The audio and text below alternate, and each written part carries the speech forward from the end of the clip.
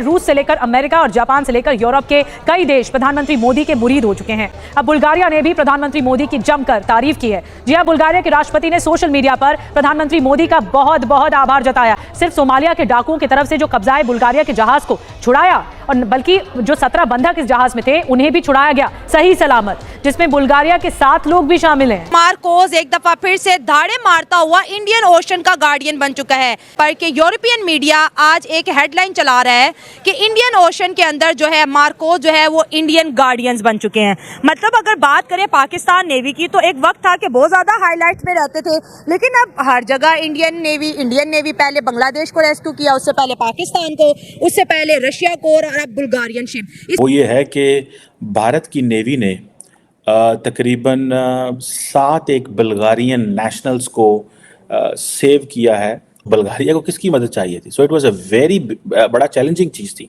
सो Bulgaria ने उनके foreign office ने, जारी बात है, मिनिस्ट्री ने इसको शुक्रिया अदा किया इंडिया का।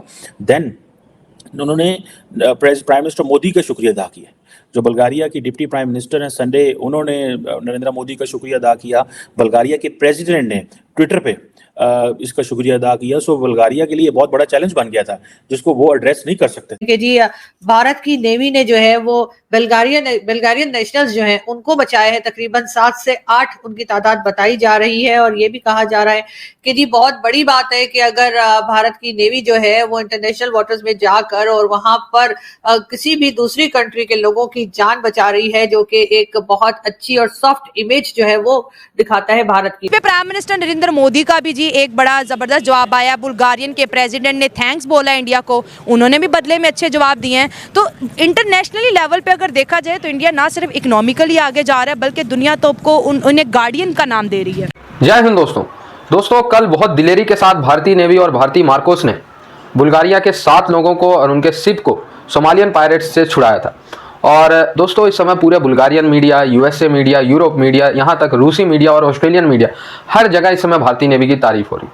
जयशंकर साहब, नरेंद्र मोदी जी की भी तारीफें चल रही है साथ के साथ। दोस्तों, इतना भारत के ऋणी हैं बुल्गारिया के लोग, और बुल्गारिया के प्रधानमंत्री, बुल्गारिया के उप प्रधानमंत्री, बुल्गारिया के राष्ट्रपति, सब ने प्रधानमंत्री नरेंद्र मोदी जी और हमारे नेवी को बहुत बहुत धन्यवाद किया। दोस्तों, जयशंकर साहब ने ये रिप्लाई दिया कि दोस्तों के लिए धन्यवाद नहीं करना जी, ठीक है, लेकिन फिर भी बहुत धन्यवाद आए बुल्गारिया की तरफ से, क्योंकि दोस्तों बुल्गारिया को यहाँ से अपने 7 लोगों को बचाना बहुत मुश्किल था। और सोमालियन पायरेट्स से अगर वो हाथ चढ़ गए थे तो 2-3 दिन के अंदर तो वो काम तमाम कर देते, ठीक है। फिर भी भारतीय नेवी ने बहुत दिलेरी से एक्शन लिया और 35 सोमालियन पायरेट्स को गिरफ्तार भी कर लिया, ठीक है। और जो 7 बुल्गारियन नेशनल थे उनको रेस्क्यू किया सफलतापूर्वक। इसके बाद उनको खिलाया पिलाया और उनको फिर बुल्गारिया रवाना भी कर दिया। तो ये है भारतीय नेवी, इसीलिए पूरे दुनिया में भारत का डंका बज रहा है। Net security provider means net security provider हम करके दिखाएंगे। और दुनिया को इसी के साथ साथ एक और मैसेज मिल जाना चाहिए कि अगर इस बार यूएनएससी में भारत को स्थायी सदस्यता नहीं मिलती है तो भारत को फर्क नहीं पड़ता यूएन में क्या हो क्या नहीं, भारत लीव करेगा। कई बार हमारे जो स्पोक पर्सन है यूएन में वो कह चुके हैं, इनडायरेक्ट वे में उन्होंने कहा कि फिर गलत होगा यूएन में, इंडिया कुछ ऐसा करेगा जो यूएन एक्सेप्ट नहीं कर पाए, ठीक है। इसका मतलब हम यूएन को लीव करेंगे, ठीक है। तो बहुत ज़बरदस्त बुल्गारिया की हमने सहायता की। Prime Minister Modi posts on social media platform X thanking the Bulgarian president after the latter thanked India for rescuing its citizens from the hijacked ship MV Ruin. Prime Minister Modi says और सुना है कि doctor Jaishankar ने भी उसके ऊपर tweet की और उन्होंने कहा व्हाट फ्रेंड्स आर फॉर। मतलब ये है सॉफ्ट पावर। जिन लोगों को नहीं पता, ये है सॉफ्ट पावर। अगर आप जो उनकी ट्विटर हैंडल पे जाएंगे, जो डॉक्टर जयशंकर का है, जयशंकर आपको पता है बड़े सीजन्ड किस्म के, बड़े तगड़े किस्म के डिप्लोमेट हैं। इस खित्ते में मैं नहीं समझता कि इतना मंजे हुए कोई डिप्लोमेट हो जितना मंजे हुए डिप्लोमेट डॉक्टर जयशंकर हैं। जो मैरी गैब्रियल है, उन्होंने जब मैसेज किया कि जनाब आपका शुक्रिया कि आपने डिप्टी प्राइम मिनिस्टर हैं और फॉरेन अफेयर्स को हेड करती हैं, तो उन्होंने जब कहा तो उन्होंने कहा, डॉक्टर जयशंकर ने एक लाइन लिख दी, that's what friends are for. तो मतलब ये है कि भाई हमने मतलब इतना बड़ा काम किया तो एक लाइन से गुजारा हो जाता है। सो प्रेसिडेंट जो है उन्होंने भी थैंक यू कहा। जाहिर बात है बल्गारियन मीडिया में आप देखें तो ये बड़ा एक जिसे वो कहते हैं ना चैलेंजिंग चीज़ थी, ठीक है जी। और ये एक है। सो अब ये जो सॉफ्ट पावर की बात है कि कैसे इंडिया की सॉफ्ट पावर इससे इंक्रीज हो रही है। बिल्कुल जिस तरह आपने बात की है राइट बात है, और मैंने कल ही उस पर हेडलाइन मैंने देखी थी।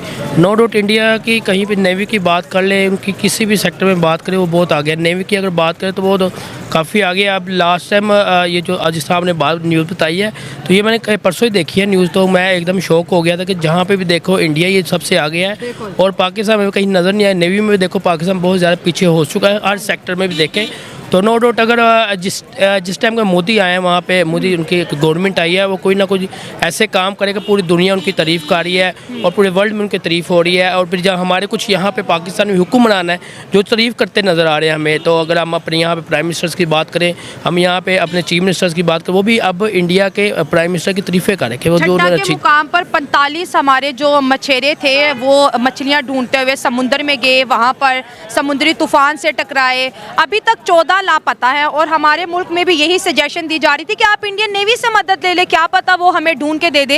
इतना ज़्यादा पड़ोसी मुल्कों का जो एतमाद है इंडियन मार्कोस के ऊपर सर डेवलप हो रहा है। देखिए ऐसे ही होगा जिस तरह शुरू दिन से अगर बात करें, शुरू दिन से मेहनत कर रहे हैं, किसी भी सेक्टर में बात करें मेहनत कर रहे हैं। आप नेवी को छोड़ नेवी के अलावा भी किसी सेक्टर में बात करें तो बहुत आगे जा रहे हैं। देखें जी, सबसे पहली बात तो ये है कि इंडियन ओशन की अगर बात करें तो उसका जियोग्राफिकली भी बड़ा वो इम्पोर्टेंट लोकेशन है। तो जहाँ तक इंडिया की बात है तो नो डाउट इंडिया जो है is making progress in every field. Pakistan का तो कोई कंपैरिजन रहा ही नहीं है। वो जो इनके अंदर जो लार्जर देखें, दो तरह की होते हैं रेस्क्यू ऑपरेशन। एक रेस्क्यू ऑपरेशन वो मुल्क करता है, छोटा मुल्क है मिसाल के तौर पे, वो इंडियन ओशन के अंदर किसी शिप को करेगा तो कोई वैल्यू नहीं होगी, एक थैंक यू वेरी मच हो गया। लेकिन अगर बड़ा मुल्क करेगा तो बड़ा मुल्क उसको फिर उस पैराए में लेके आता है, ठीक है। एक तो यह है ना कि जी आपकी शिप गुजर रही थी, आप वहाँ पेट्रोलिंग कर रहे थे, रास्ते में डिस्ट्रेस कॉल आ गई, आप वहाँ पहुँच गए, आपने बंदे छुड़ा लिए। एक होता है कि you are watching everyone, you are looking things.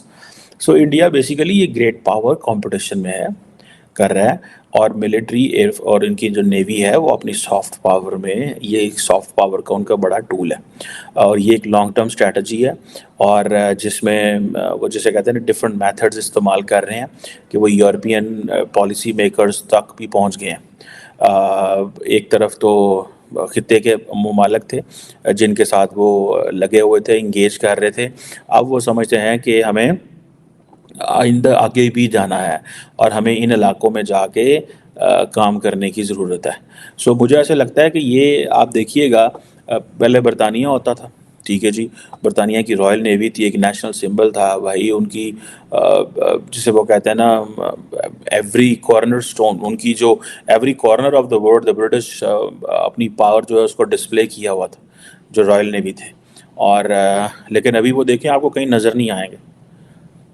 अभी आप ग्रेट ब्रिटेन की जो असल ताकत थी वो तो इनकी नेवी के ज़रिए थ्रू सी पार थी ना, और जिसे वो कहते हैं ना यूके डिपेंड ही उस पर करता था कि पूरी दुनिया के साथ जो वर्ल्ड अफेयर्स वो थे ही।